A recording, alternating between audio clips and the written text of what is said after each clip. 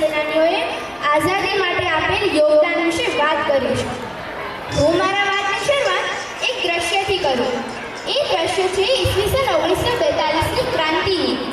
એક સેનાની તારના દોરડા કાપે છે, રેલવેના પાટા ઉખાડે છે અને પુલને નુકસાન પહોંચાડવાનો પ્રયાસ કરે છે. પરંતુ અંગ્રેજ સરકાર આ બધી જ વ્યવસ્થાને પૂર્વવત કરી દે છે.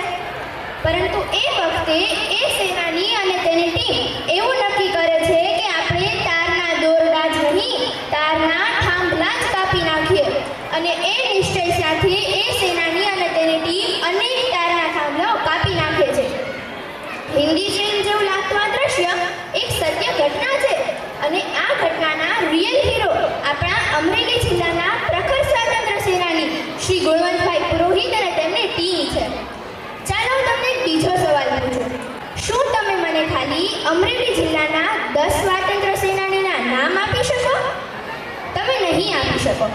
કારણ એ નથી કે આપણા અમરેલી જિલ્લામાં સ્વાતંત્ર્ય સેનાનીઓ થયા નથી, પરંતુ કારણ તો એ છે કે આપણને તેમના વિશેની ખબર જ નથી.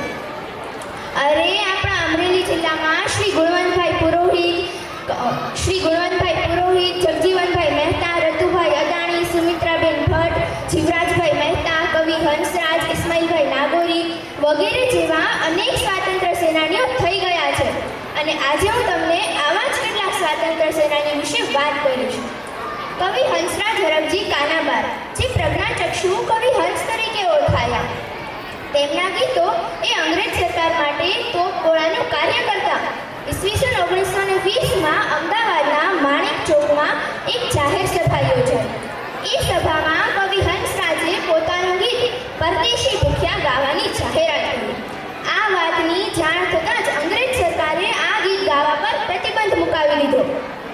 પાબંદીની પરવા કર્યા વિના કવિ હંસરાજે શબ્દો લલકાર્યા. પરદેશી ભૂખ્યા ટોપી વાળાના ટોળા ઉતર્યા, ઉતર્યા કઈ આથમણે એ વારે. આ ગીત સાંભળી અંગ્રેજ સરકાર ભારે રોષે ભરાઈ. સભા પર લાઠીઓ લઈને તૂટી પડી અને કવિ હંસરાજની ધરપકડ કરવામાં આવી. શું તમે કદી એવું વિચારી શકો કે આપણા અમરેલી જિલ્લામાં બોમ્બિંગની ઘટના બની હોય? તો હા, આપણા અમરેલી જિલ્લાની પોસ્ટ ઓફિસમાં બોમ્બ ફેંકવાની ઘટના બની હતી. અને આ ઘટનામાં અગ્રભાગ ભજવ્યો હતો ચંદ્રશંકર ત્રિવેદીએ. હવે મેં તમને શરૂઆતમાં જે સ્વાતંત્ર્ય સેનાની ગુણવંતભાઈ પુરોહિતની વાત કરી હતી ને, એ ગુણવંતભાઈ જ્યારે નાના હતા ત્યારે વાનર સેનામાં જોડાયા હતા. અને વાનર સેનામાં જોડાઈને અંગ્રેજ સરકારની ઊંઘ હરામ કરી મૂકી હતી. જેમ જેમ તેઓ મોટા થયા તેમ વિવિધ રચનાત્મક કાર્યો, ગ્રામ ઉદ્ધારની પ્રવૃત્તિઓ અને વિવિધ ભાંગફોડના કાર્યોમાં જોડાયા હતા. તેમને આરઝી હુકુમતના સેનાપતિ નીમવામાં આવ્યા હતા. આ જ સમયે લંડન ઇન્ડિયન એસોસિએશનની સ્થાપના કરનાર જીવરાજભાઈ મહેતા એ પણ આપણા અમરેલી જિલ્લાના જ હતા. જ્યારે જીવરાજભાઈ ભારત આવ્યા ત્યારે ગાંધીજીની આગેવાની હેઠળ અનેક સ્વાતંત્ર્ય સંગ્રામમાં જોડાયા હતા. ભારત દેશ આઝાદ થતાં તેમને ગુજરાત રાજ્યના પ્રથમ મુખ્યમંત્રી તરીકે નીમવામાં આવ્યા હતા. નાગરદાસ ગાંધી જેમના પ્રયત્નોથી ઘરે ઘરે રેડિયા ગૂંજતા થયા. આવું જ કંઈક બીજું નામ છે લાભશંકર ત્રિવેદી. તેમણે એ સમયે સખત પોલીસ બંદોબસ્ત હોવા છતાં અમરેલીના ખૂણે ખૂણે ક્રાંતિ પત્રિકાનું વિતરણ કર્યું હતું. સ્વાતંત્ર્ય સંગ્રામમાં પુરુષોની સાથે સાથે સ્ત્રીઓએ પણ પોતાનું યોગદાન આપ્યું છે. જેમ કે સુમિત્રાબેન ભટ્ટ, નિર્મલાબેન શેખ, નર્મદાબેન વગેરે જેવી અનેક સ્ત્રીઓએ ભારતના સ્વાતંત્ર્ય સંગ્રામમાં અમરેલી જિલ્લા તરફથી ભાગ ભજવ્યો છે.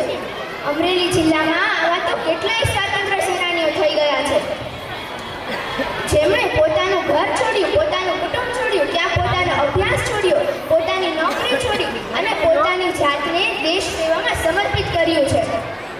આ તમામ સ્વાતંત્ર્ય સેનાનીના મનમાં બસ એક જ ભાવ હતો, જાગ સત્યાગ્રહી ઉઠ ઉતાવળો, તુજ વિના જેલ કોણ જશે. જાગ સત્યાગ્રહી ઉઠ ઉતાવળો, તુજ વિના જેલ કોણ જશે. સિમેન્ટના રોટલા અને ઘાસની ભાજી, રાગ મીઠા તણી તને કોણ ખાશે. સિમેન્ટના રોટલા અને ઘાસની ભાજી, રાગ મીઠા તણી તને કોણ ખાશે. આમ તમામ સ્વાતંત્ર્ય સેનાનીઓએ ફક્ત જિલ્લા કે ગુજરાતમાં ચાલતી રાષ્ટ્રીય ચળવળમાં જ નહીં, પરંતુ દેશના અનેક સ્વાતંત્ર્ય સંગ્રામમાં ભાગ ભજવ્યો હતો, જેના કારણે તેમને કારાવાસ ભોગવવો પડ્યો. ગાંધીજી એ જેલને રાજમહેલ માનતા નથી. રાજમહેલના તમામ રાજકુમારોને